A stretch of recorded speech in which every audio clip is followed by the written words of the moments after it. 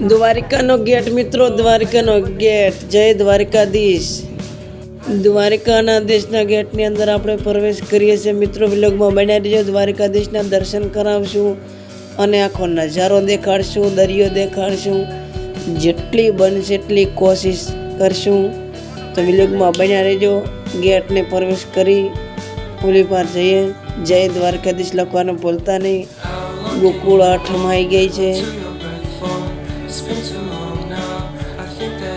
આ ગેટ આપણે પાર કરી લીધો છે.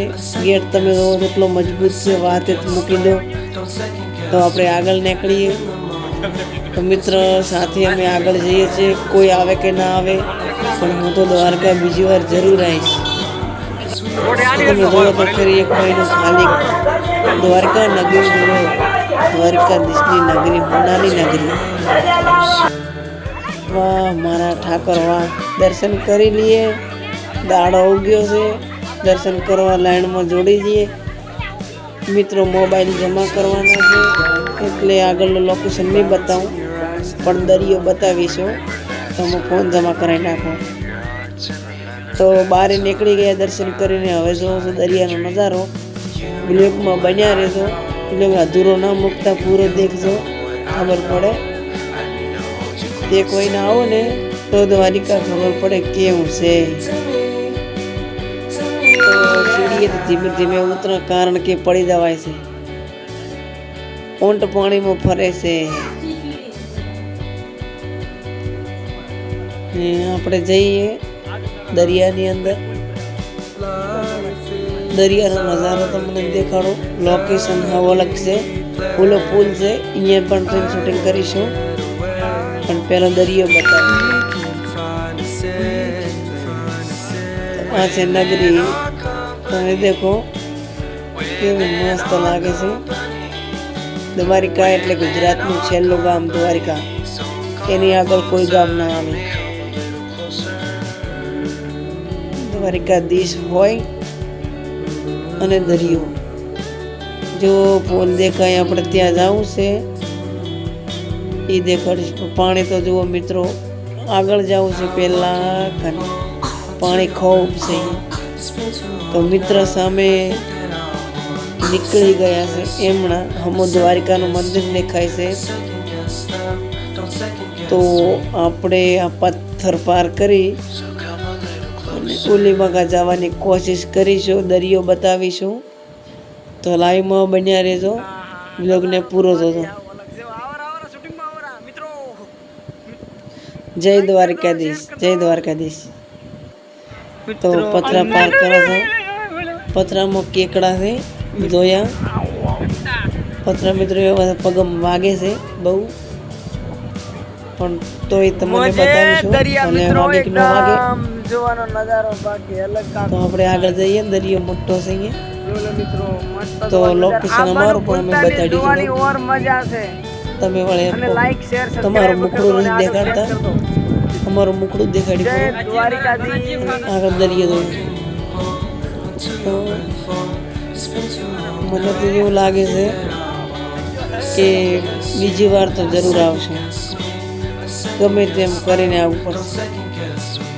કેમ કે દ્વારકાનો દરિયાની મોજ જ અલગ છે મિત્રો. એક મહિનો આવો તો ખબર પડે. તો આપણે આગળ જઈએ, શૂટિંગ કરીએ. અને દરિયો છે બાકી ગોડો દરિયો. તો જો દરિયાનો કિનારો છેલ્લો. આટલેથી આપણી પૃથ્વી પૂરી. દ્વારકાધીશ ગુજરાતનો ખૂણો છેલ્લો. તો દ્વારિકાના મોજા બતાવું. દરિયાના મોજા તમે દેખો તો તમને ખબર પડે, ખ્યાલ આવે. આ જોવા મિત્રો દ્વારિકાના મોજા ખાલી જુઓ. રાત્રે અવાજ આવતો હતો તો બીક આવતી હતી ઊંઝાતા એટલે. આજ તમે જોવો તો ખરી દ્વારિકાનો દરિયો ગોળો થઈ ગયો. એક કોઈને જોવો તો ખબર પડે કે કેવો છે દ્વારિકાનો દરિયો. મોબાઈલમાં તો મિત્રો જોવો પણ રૂબરૂ જોવો ને તાણે ખબર પડે કે કેવો છે. તો વિલોગમાં બન્યાનો પૂરો દરિયો બતાવીશું. મિત્રો તોફાની દરિયો. એટલે કે દ્વારકાનો દરિયો. સામો મંદિર દેખાય દ્વારકાધીશનું. મિત્રો છે તો પથ્થરનો પણ અંદર સોનાની મૂર્તિ છે. મિત્રો આ જુઓ પથરા પર પથરા ચડાવે છે, મનોકામના પૂરી કરે એવું કહેવે છે. મને ખબર નહીં પણ કહું છું. તો નજારો કહેલા આવો છે રણ જેવો, જોવાની તો મજા આવે. આપણે ઝૂલતા પુલે જઈએ. ઝૂલતા પુલે તમે જો આ પુલ બંધ કરવામાં આવ્યો છે કારણ મને એવું લાગે છે કે કાટવાળ્યો છે હવે, એટલે આ પુલ બંધ કરી દેવામાં આવ્યો છે. કોઈ ત્યાં ચાલતું નથી પણ ઓલી પાર જવું છે. આ ખોદીને બીજા બ્લોક બનાવીશ. એમાં 4 કુંડ છે. 4 કુંડમાં 14 રૂપિયા છે. હવે શું છે તો આપણને ખબર નથી પણ બતાવીશું. પેલો દરિયો એક મહિનો બતાવીશું પાછો. એ તો મેં કાલે બ્લોગ બનાવું એમાં 4 કુંડ આવશે. 4 કુંડમાં 14 રૂપિયા છે એ પણ બતાવીશું. તો બ્લોગમાં બન્યા રહેજો. આપણી ચેનલને સબસ્ક્રાઈબર ના કર્યો સબસ્ક્રાઈબર કરજો, લાઈક કરજો, શેર કરજો.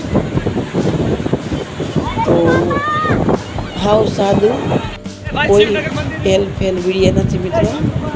આપણા કને ફોનના ઉતારેલા વિડીયો છે. કેમેરા તો નથી. તમે ભાઈબંધની મહેરબાની થાય, તમારી મહેરબાની થાય, કેમેરો લાવીશું પછી શૂટિંગ કરીશું.